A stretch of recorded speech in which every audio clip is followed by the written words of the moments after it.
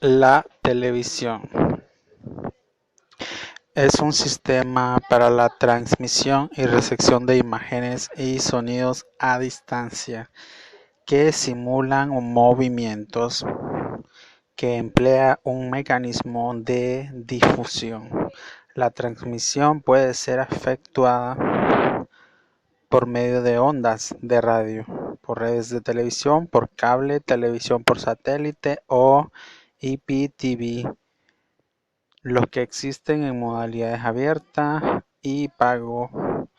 El receptor de las señales es el televisor, aunque también recibe el nombre de televisión y se suele abreviar como tele. La palabra televisión es un híbrido de la voz griega tele lejos y la latina visionen, acusativo de vicio. El término televisión se refiere a todos los aspectos de transmisión, programación de televisión. A veces se abrevia como TV. Este término fue utilizado por primera vez en 1900 por el físico ruso Konstantin Persky en el Congreso Internacional de Electricidad de París, conocido como CIEP. La televisión es el medio de comunicación de masas por excelencia, como se ve en los datos que demuestran que una persona promedio ve más de 4 horas de televisión al día. También se estima que los niños pasan más tiempo viendo TV, 1023 horas anuales, que estudiando en las escuelas, 900 horas anuales. Esto causa un alto impacto a nivel social y pedagógico. El Día Mundial de la Televisión se celebra el 21 de noviembre en conmemoración de la fecha en la que tuvo lugar el primer Foro Mundial de Televisión en las Naciones Unidas en el año 1996. Los servicios de provisión de contenidos en la modalidad de video sobre demandas y o internet streaming puede ser también ofrecidos como servicio de televisión. La aparición de televisores que pueden conectarse a Internet en los últimos años. En la primera década del siglo XXI abre la posibilidad de la denominada televisión inteligente, en donde se mezclan y conjugan contenidos de la transmisión convencional, broadcast, con otros que llegan vía Internet. Historia de la televisión. El concepto de televisión, entre paréntesis, visión a distancia, se puede rastrear hasta Galileo Galilei y su telescopio. Sin embargo, no es hasta 1884 con la convención del disco de Nikon, de Paul Nikon, cuando se hicieron un avance relevante para crear un medio. El cambio que traería la televisión tal y como la conocemos fue la invención del iconoscopio de Vladimir Skorivich y Philo Taylor Farnsworth. Esto daría paso a la televisión completamente electrónica que disponía de una mayor definición de imagen y de iluminación propia.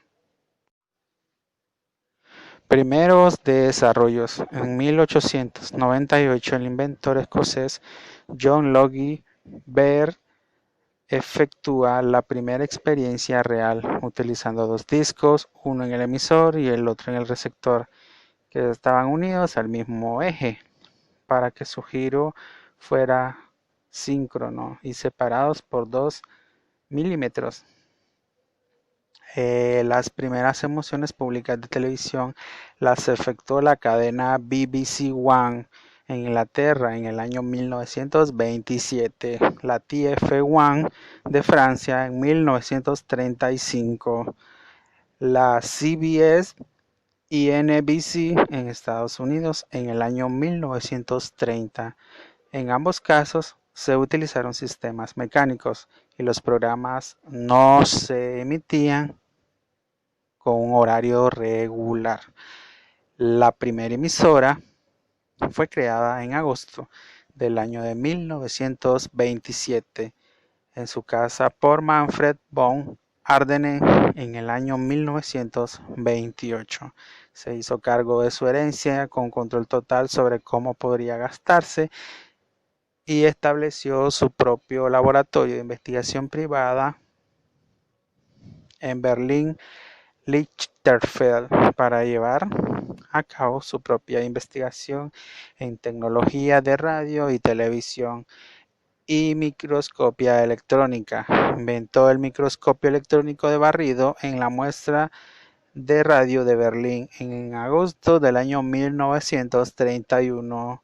Ardenne dio al mundo la primera demostración pública de un sistema de televisión utilizando un tubo de rayos catódicos para transmisión y recepción. Entre paréntesis, Ardenne nunca desarrolló un tubo de cámara, usó la CRT en su lugar como un escáner de punto volante para escanear diapositivas y películas.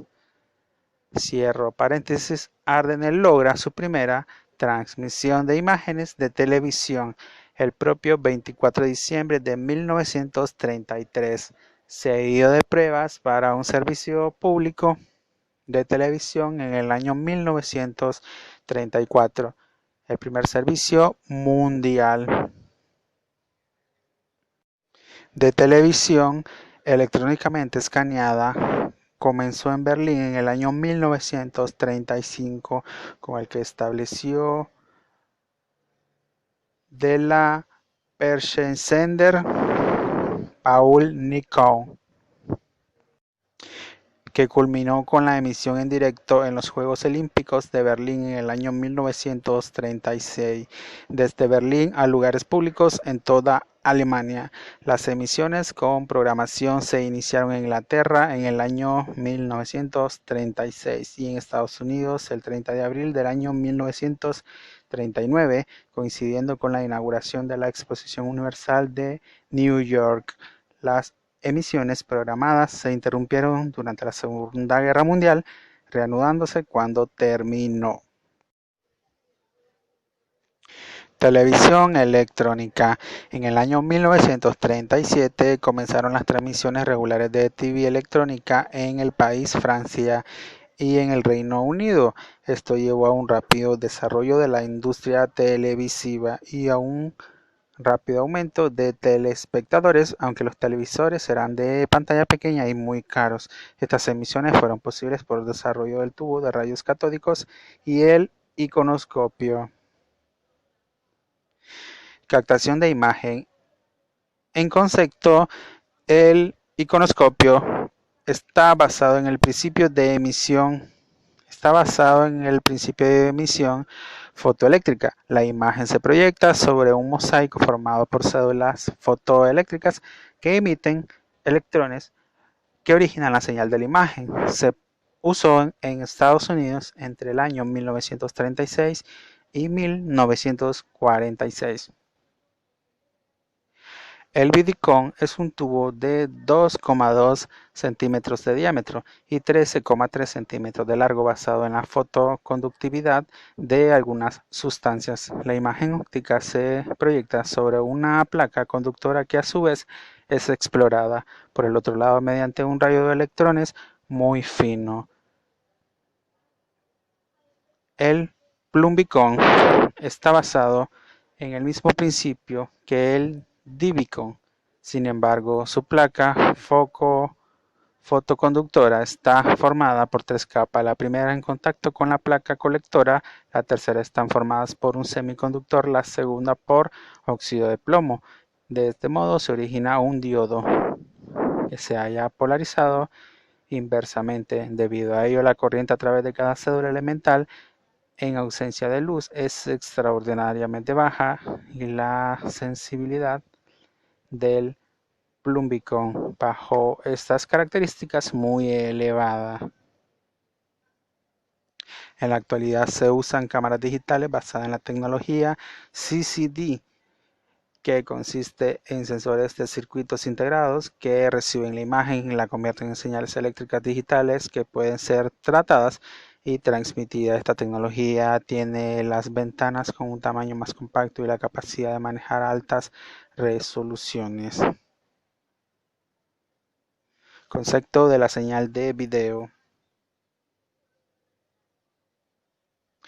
La señal de video es una señal eléctrica variable, entre comillas, entre paréntesis, análoga,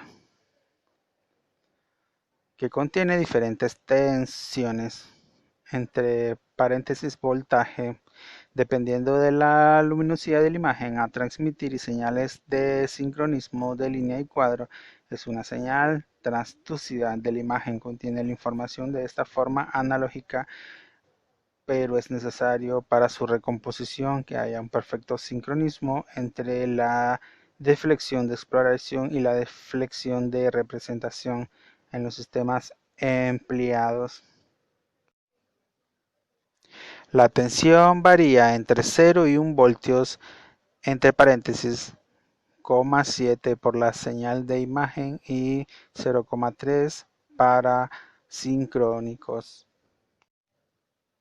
La exploración de una imagen se realiza mediante la descomposición primero en fotogramas, a los que se le llaman cuadro, y luego en líneas, leyendo cada cuadro para determinar el número de cuadros necesarios para que se pueda recomponer la imagen en movimiento, así como el número de líneas para obtener una óptima calidad en la reproducción y la óptima percepción del color, entre paréntesis, en la TV en color. Se realizaron numerosos estudios empíricos y científicos del ojo humano y su forma de percibir. Se obtuvo que el número de cuadros debía de ser menos de 24 al segundo, luego, de paréntesis, por otras razones 25 y 30, y que el número de líneas debía de ser superior a las 300. La señal de video la componen la propia formación de la imagen correspondiente a cada línea. En la mayoría de los países europeos, entre paréntesis, y africanos, 625 líneas. En gran parte de Asia y América, 525 por cada cuadro, agrupadas en dos campos, las líneas impares y pares de cada cuadro. A esta información hay que añadirle la de sincronismo, tanto de cuadros como de líneas. Esto es tanto vertical como horizontal. Al estar el cuadro dividido en dos campos, tenemos por cada cuadro un sincronismo vertical que nos señala el comienzo y el tipo de campo, es decir, cuando empieza el campo impar y cuando empieza el campo par. Al comienzo de cada línea se añade el pulso de sincronismo de línea u horizontal. Modernamente, entre paréntesis, con ATV en color también se añade información sobre la dominante del color. La codificación de la imagen se realiza entre 0 voltios para el negro y 0,7 voltios para el blanco. Para los sincronismos se incorporan pulsos de menos 0,3 voltios, lo que da una amplitud total de una forma de onda de video de 1 voltio. Los sincronismos verticales están constituidos por una serie de pulsos menos sobre el tipo de campo que igualan los tiempos de cada uno de ellos. El sonido, llamado audio, es tratado por separado en toda la cadena de producción y luego se emite junto al video en una portadora situada al lado de la encargada de transportar la imagen. Bueno, tenemos también el desarrollo de la TV. Se dice que a finales del siglo XX, cuando la televisión se convierte en una verdadera bandera tecnológica de los países, cada uno de ellos va desarrollando su sistema de TV nacionales y privados. En el año 1953 se crea Eurovisión, que asocia a muchos países de Europa conectados a su sistema de TV mediante enlaces de microondas. Unos años más tarde, en el año 1960, se crea Mundovisión, que comienza a realizar enlaces por satélites geoestacionarios cubriendo todo el mundo. La producción de televisión se desarrolló con los avances técnicos que permitieron la grabación de las señales de video y de audio.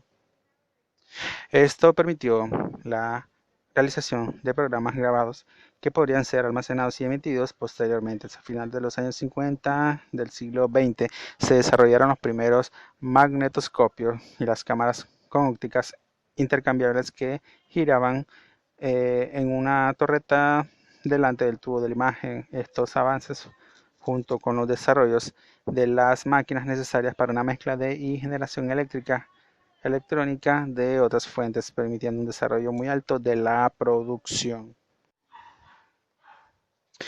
En los años 70 se implementaron las ópticas zoom y se empezaron a desarrollar magnetoscopios más pequeños que permitían la grabación de las noticias en el campo. Nacieron los equipos periodísticos electrónicos o ENG.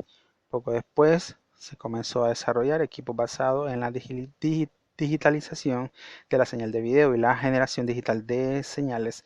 Nacieron de esos desarrollos los efectos digitales y las paletas gráficas, a la vez que el control de las máquinas permitían el montaje de salas de postproducción que combinaron varios elementos podría realizar programas complejos. El desarrollo de la televisión no se paró con la transmisión de la imagen y el sonido, pronto que vio la ventana de utilizar el canal para dar otros servicios. En esta filosofía se implementó a finales de los años 80 del siglo XX el teletexto, que permitía que transmite noticias e información en formato de texto utilizando los espacios libres de la información de la señal de video. También se implementaron sistemas de sonido mejorado, naciendo de la televisión en estéreo o dual y dotando al sistema de una calidad excepcional. El sistema que logró imponerse en el mercado fue el NECIAN.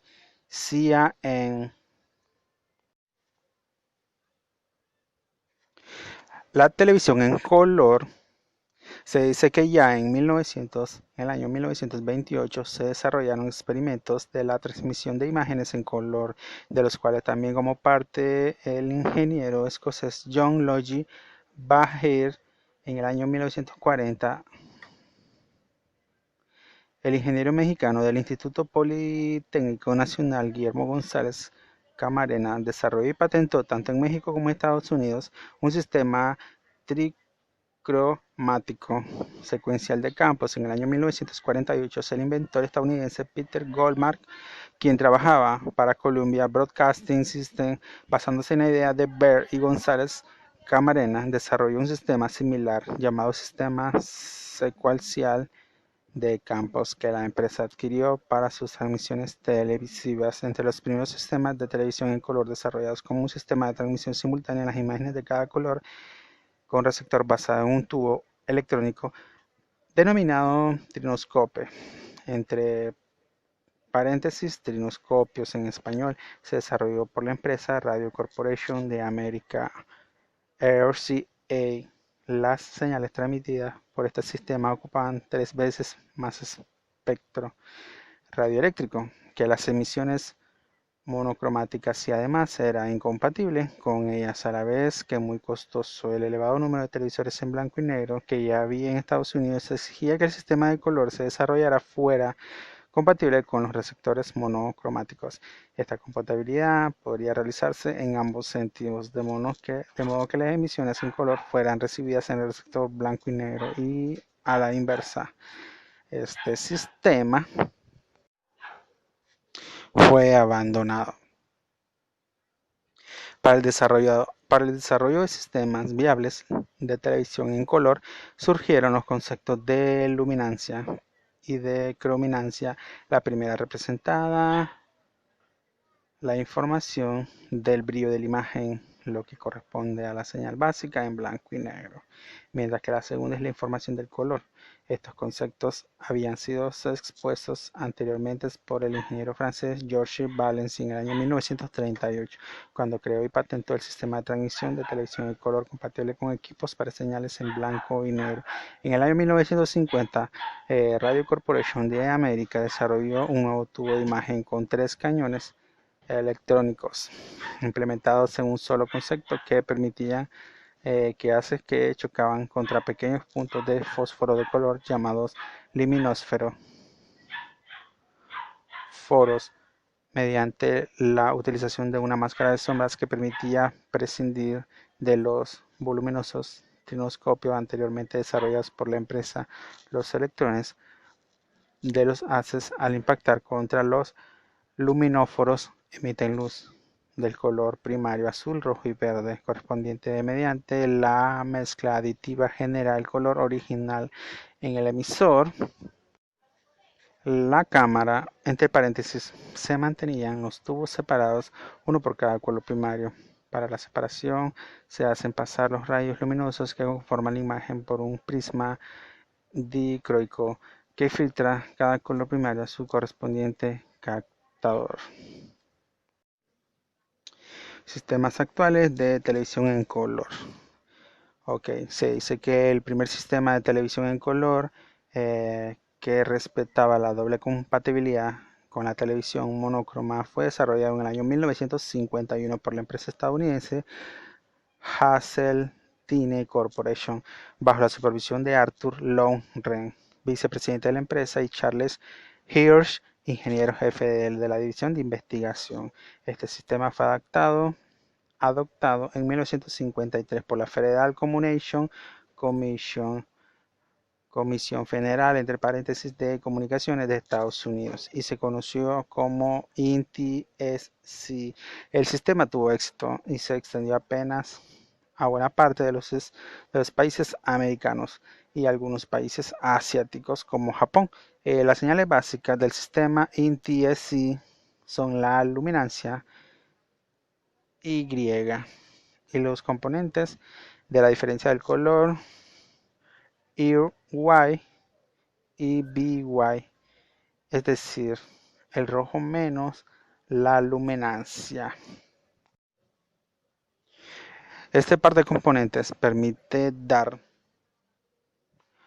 un tratamiento diferenciado al color y al brillo. El ojo humano es mucho más sensible a las variaciones y definición del brillo que a las del color, y esto hace que los anchos de las bandas de ambas señales sean diferentes, lo cual facilita su transmisión, ya que ambas señales se pueden implementar en la misma banda cuyo ancho es ajustado.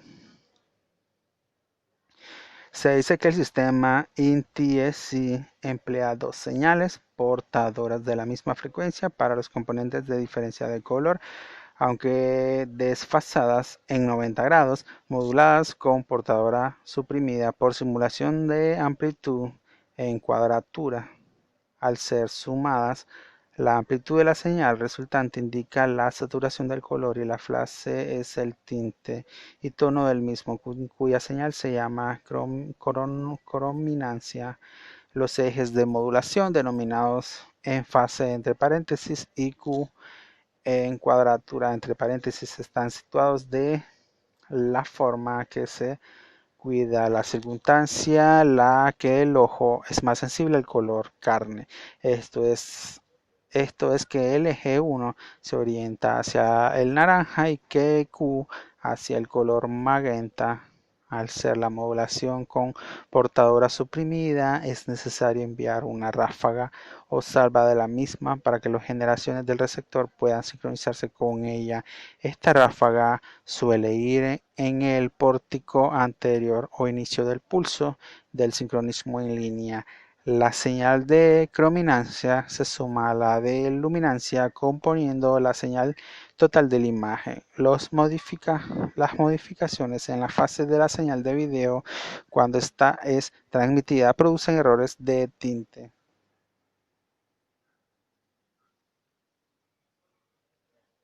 Se dice que el sistema de televisión cromática NTSC fue la base de la cual partieron otros investigadores, principalmente europeos. En Alemania, un equipo dirigido por el ingeniero Walter Broch desarrolló un sistema que subsanaba los errores de fase y que fue denominado PEL, Fase Alternating Line, entre paréntesis la línea de fase alternada por sus siglas en inglés. Para lograr este cometido, la fase de la subportadora se alterna en cada línea. La subportadora que modula la componente IR Y,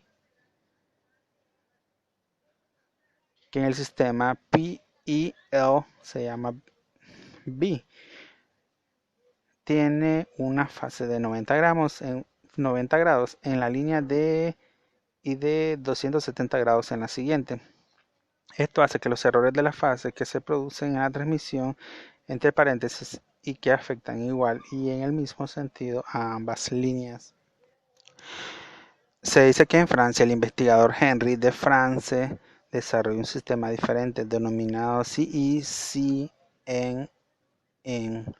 siglas de Sequential Color a Memory, color secuencial con memoria por sus siglas en francés, que basa su actuación en la transmisión secuencial de cada componente de color que modula FM, de tal forma que en una línea aparece una componente de color y en la siguiente la otra. Luego el receptor las combina para producir el color de la imagen en PEL.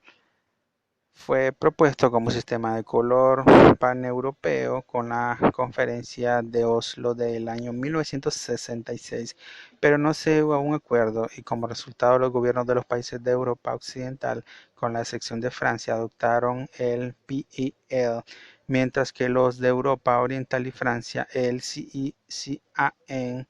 Todos los sistemas tienen ventajas y inconvenientes, mientras que el INTIC y el PEL dificulta la edición de las señales en video con su secuencia de color en 4 y 8 campos, respectivamente. El sistema CECN hace imposible el trabajo de mezcla de señales de video.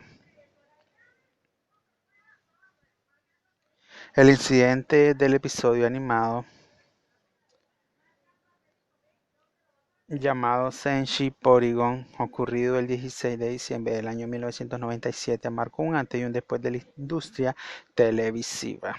El mismo mostraba una secuencia de luces parpadeantes entre rojo y azul, que originaron ataques de epilepsia simultánea en aproximadamente 680 espectadores, casi todos niños susceptibles, lo que ocasionó una tragedia comentada en los días posteriores por numerosos medios internacionales, aunque, entre paréntesis, la histeria colectiva adujo que más de 12.000 niños presentaban síndromes similares a la epilepsia. A partir de ese momento, el episodio fue retirado del aire permanentemente y se impusieron ciertas reglas a las cadenas televisivas para la emisión de series, como por ejemplo, tenemos a las imágenes parpadeantes no deben de brillar más de 3 veces por segundo, las imágenes parpadeantes no deben durar más de 2 segundos en las pantallas. Los círculos concéntricos y demás juegos visuales no deben ocupar todo el espacio de la pantalla.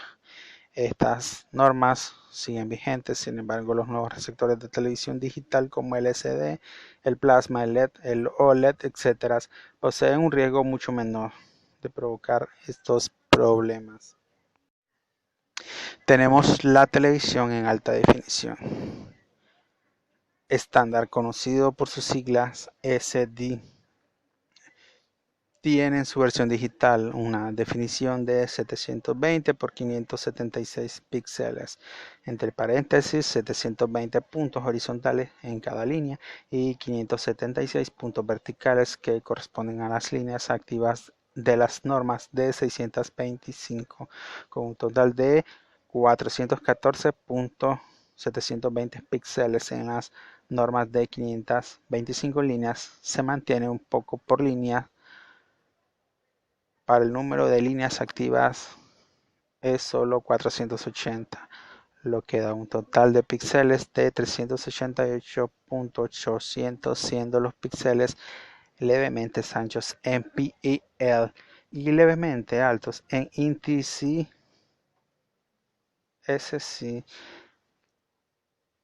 Se han desarrollado 28 sistemas diferentes de televisión en alta definición. Hay diferencias en cuanto a la relación de cuadros, número de líneas, píxeles y forma de barridos. Todos ellos se pueden agrupar en cuatro grupos grandes, de los cuales 2 ya han quedado obsoletos. Las diferentes normas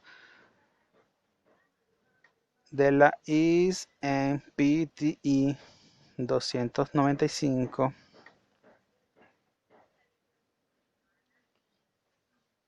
240 y 260.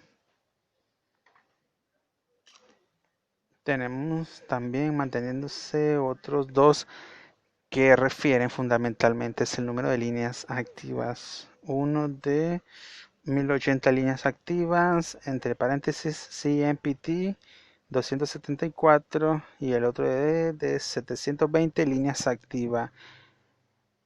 Es MPT 269 en el primero de los grupos. Con 1080 líneas activas se dan diferencias de frecuencias de cuadro y de muestras por línea.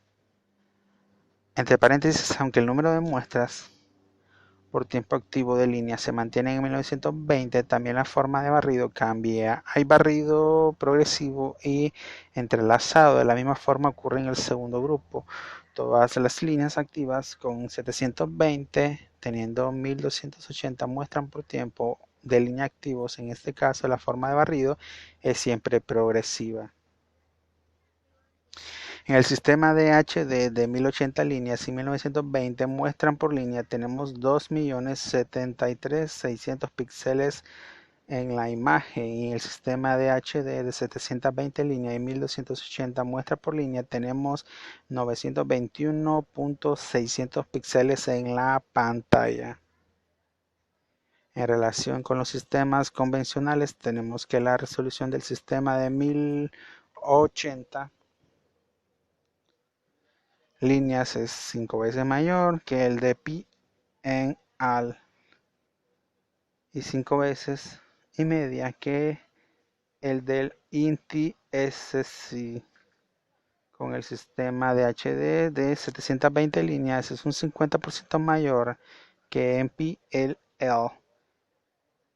y un 66% mayor en INTI-SC.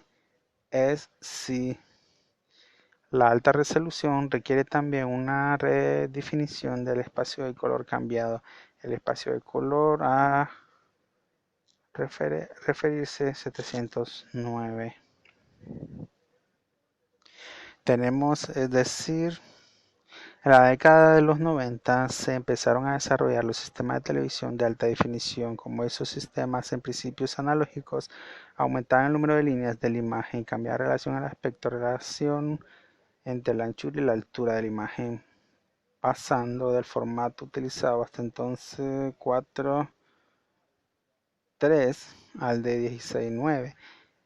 Este nuevo formato, más agradable a la vista, se estableció como norma incluso en emisiones de definición estándar. Este cambio fue influido por la emisión y demanda cada vez más común de películas, normalmente proyectadas en pantallas de cine rectangulares en la televisión.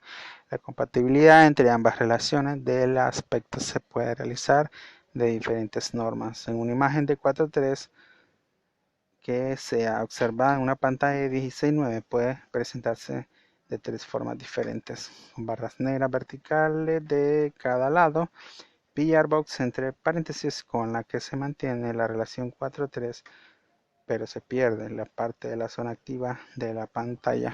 Ampliando la imagen hasta que ocupe la pantalla horizontalmente, se pierde hasta que la imagen por la parte superior e inferior de la misma.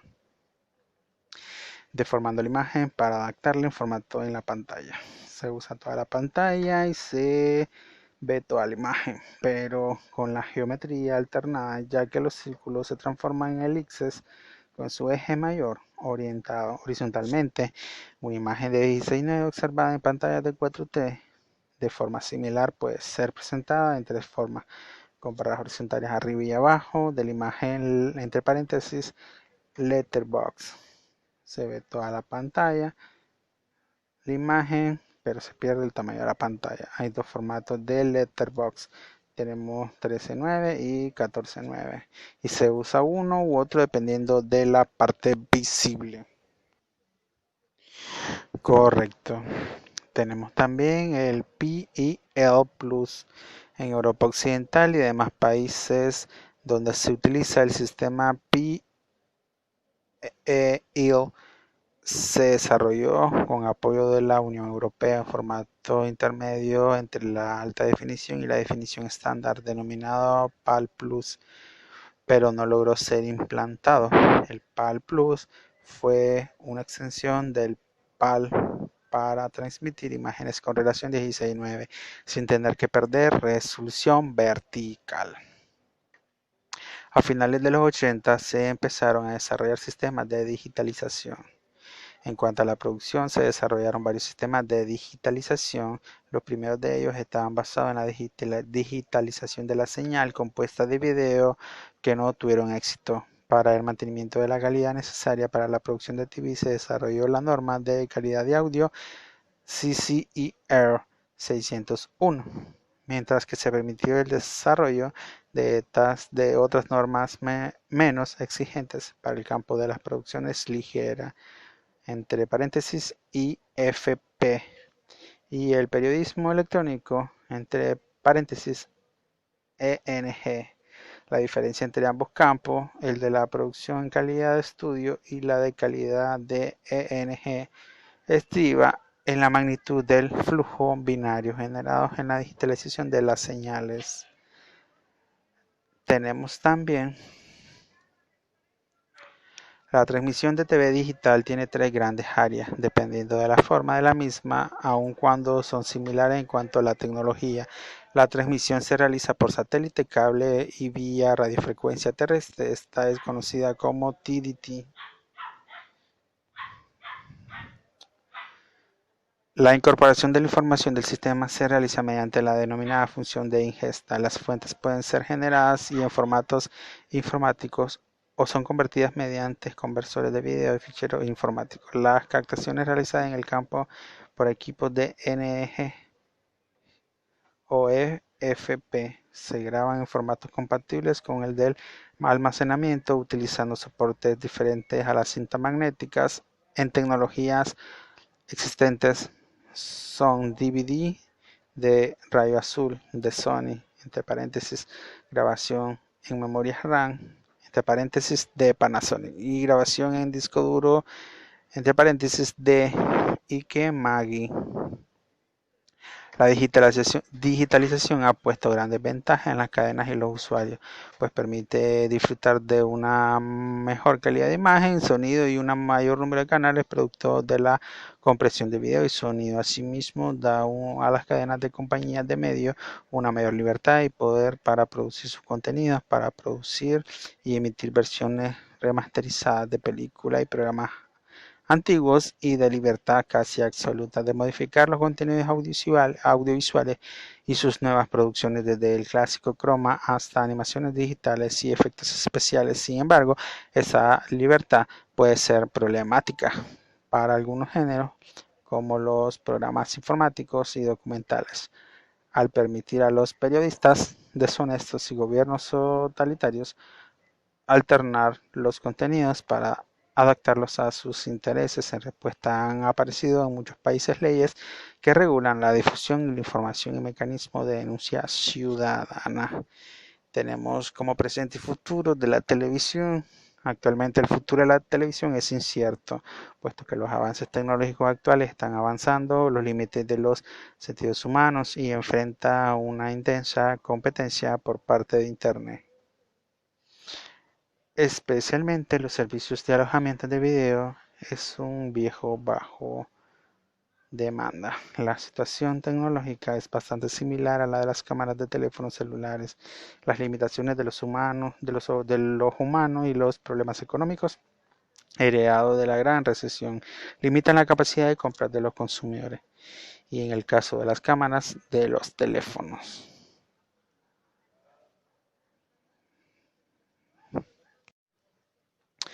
Estas consideraciones también aplican a la televisión. Las personas con televisores HD o UHD no siempre consumen contenido de estas resoluciones. Esto es debido a que en muchos casos el ojo humano no puede distinguir la diferencia entre esas calidades, a menos de que se complemente el contenido desde una distancia reducida o se compre un televisor con un enorme tamaño. Además, la velocidad de las conexiones a Internet y la economía personal también influyen a las decisiones. Por ejemplo, muchos siguen adquiriendo sus películas en DVD o rentándolas en internet en versión convencional a pesar de poseer televisores HD o UHD por dos motivos. Sus conexiones a internet no son las suficientes veloces para manejar las grandes cantidades de datos manejadas por los nuevos formatos, y el precio de compra o renta suele ser mucho más bajo, usualmente al grado de poder comprar varios DVD por el precio de unos cuantos Blu-ray y un solo disco Blu-ray Ultra HD. Además, el éxito de los servicios de alojamiento de video como YouTube ha modificado las expectativas de la audiencia de hoy en día. Prefieren contenido más variado y atractivo en lugar de mayores resoluciones. Otro problema que enfrenta este medio es la competencia de los servicios de video bajo demanda. Su principal atractivo es el poder contemplar películas y programas sin tener que seguir horarios. El video bajo demanda comprime la información audiovisual para poder emitirla por internet. Otro problema que enfrenta este medio es la competencia de los servicios de bajo demanda. Ya mencionados, algunos canales estadounidenses han creado webisodes en YouTube, breves capítulos de 5 minutos que duran, cuya trama está relacionada con la serie original y la cual se derivan que son distribuidos exclusivamente en internet. Estos episodios surgieron como un método alternativo tras la huelga de guionistas en Hollywood entre el 2007 y 2008 para llegar a una audiencia verdaderamente global. Un ejemplo de estos cortos es que Vida Más Triste, que fue transmitido después por el canal de España La Sexta. Además, se ha comprobado que YouTube no necesariamente puede robar la audiencia televisiva, sino estimularla, ya que aunque un programa no tenga éxito en su país de origen, es posible que en YouTube sí lo tenga, al atraer más público del esperado. Esto ha sucedido con el programa español Muchacha Nui, que ya es ampliamente conocido en Latinoamérica. Las cadenas también han empezado a utilizar los teléfonos móviles para impulsar la televisión en vivo a través de visualizaciones para aplicaciones móviles, tanto en publicidad, televisión social, televisión móvil. Se estima que el 86% de los estadounidenses utilizan sus teléfonos móviles mientras ve la televisión. Muchos servicios ya ofrecen contenidos en HD y en Ultra HD. Sin embargo, en la práctica, su calidad se queda por detrás de lo que ofrecen las transmisiones de televisión digital terrestre. Los discos de Blu-ray y Ultra Blu-ray HD, debido a que las limitaciones del ancho de banda de las conexiones de muchos usuarios, por ejemplo, para igualar la cantidad de los discos de transmisiones convencionales, se debería contar con un mínimo de 20 megapíxeles en la conexión y un mínimo de 50 megapíxeles para permitir consumir los contenidos. De acuerdo con Michael Wolff, plantea en su libro Television is the New Television, entre paréntesis, la televisión es una nueva televisión.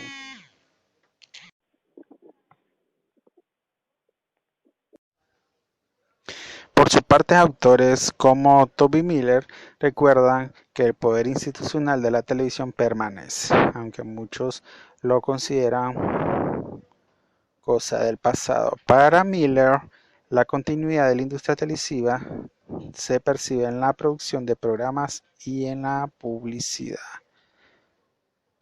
Gracias por ver este video. Esperen el próximo video. Estén pendientes. Estás en movimiento. Matt Martin JC. No olviden activar la campanita, suscribirse, darle like, dejar su comentario. Gracias, gracias, gracias.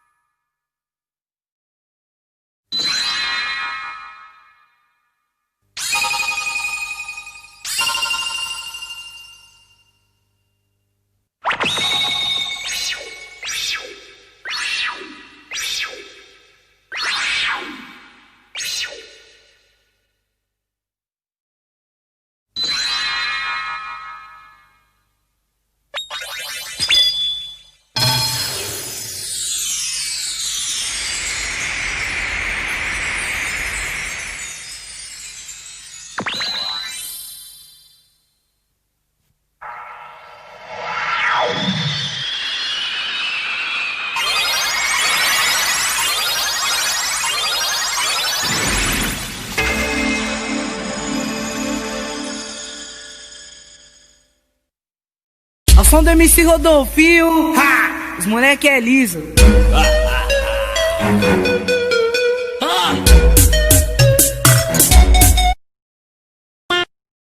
Morri! Nope.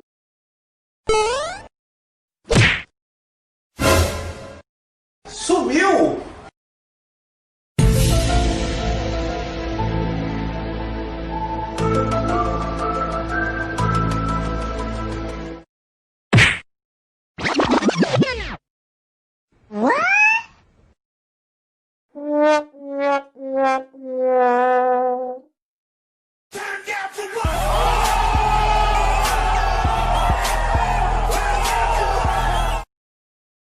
Ta-da!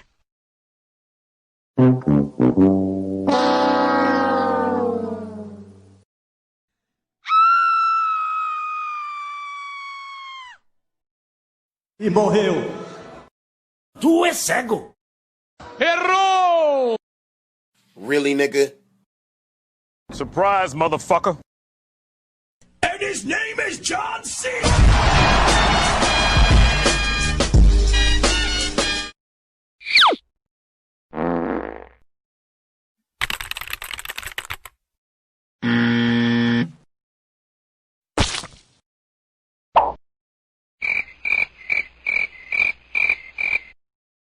Não consegue, né?